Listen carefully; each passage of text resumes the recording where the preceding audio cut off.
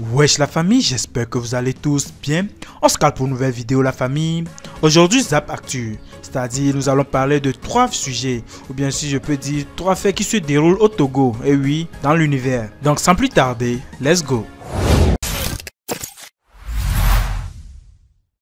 Ok les gars, donc pour notre première actualité, nous avons un enseignant qui a été exclu définitivement pour avoir mis en scène son élève. Et oui, vous avez bien entendu, il y a un enseignant qui a été exclu définitivement pour avoir mis en scène son élève. Dans une affaire choquante qui a secoué la région maritime du Togo, un enseignant a été exclu de manière définitive de tous les établissements scolaires de la région pour avoir mis en scène l'une de ses élèves. Cette décision intervient dans le cadre de la stricte application de la loi numéro 2022-020 du 2 décembre 2020 portant protection des apprenants contre les violences à caractère sexuel.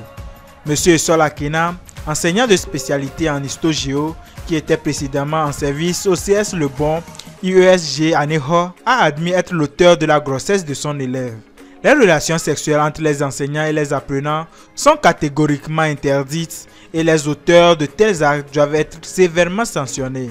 Donc, cette exclusion définitive de l'enseignant coupable de relations sexuelles avec une élève et de la mise en scène de cette dernière envoie un message fort quant à la tolérance zéro envers les violences sexuelles dans les écoles.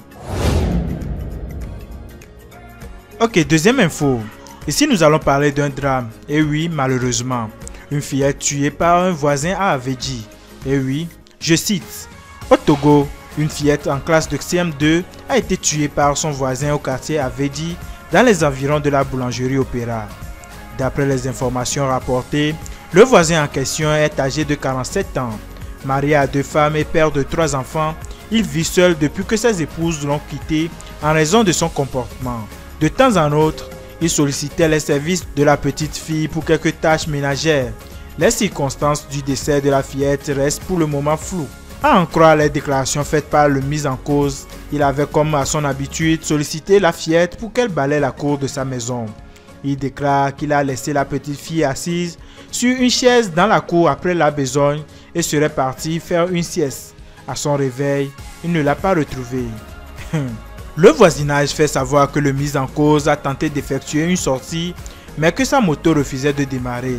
Il est alors retourné prendre la voiture, mais de façon mystérieuse, celle-ci également a refusé de démarrer. Il a alors sollicité les mécaniciens d'un garage situé en face de chez lui pour un dépannage. Ce sont ces mécaniciens qui ont découvert le corps sans vie de la fillette en sang et ligoté dans le véhicule.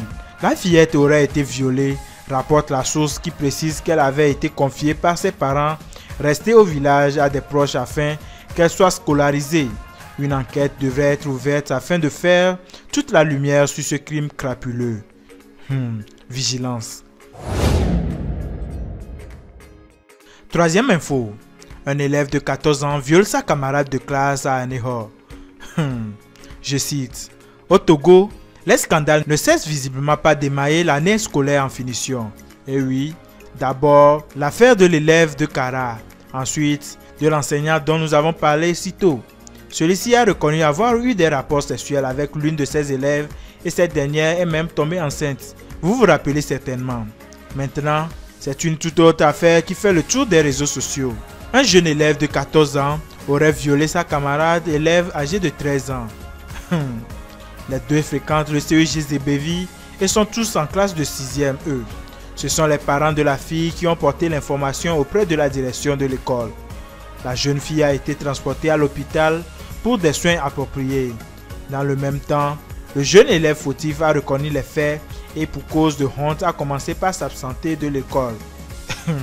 Dans un compte adressé au ministère de tutelle, la direction régionale de l'éducation, région maritime, propose que l'élève soit traduit devant le conseil de discipline. Eh bien famille, c'est tout pour notre Zap Actu du jour. Donnez-moi vos avis dans les commentaires. On se cale pour une prochaine vidéo la famille. D'ici là, portez-vous bien. Ciao.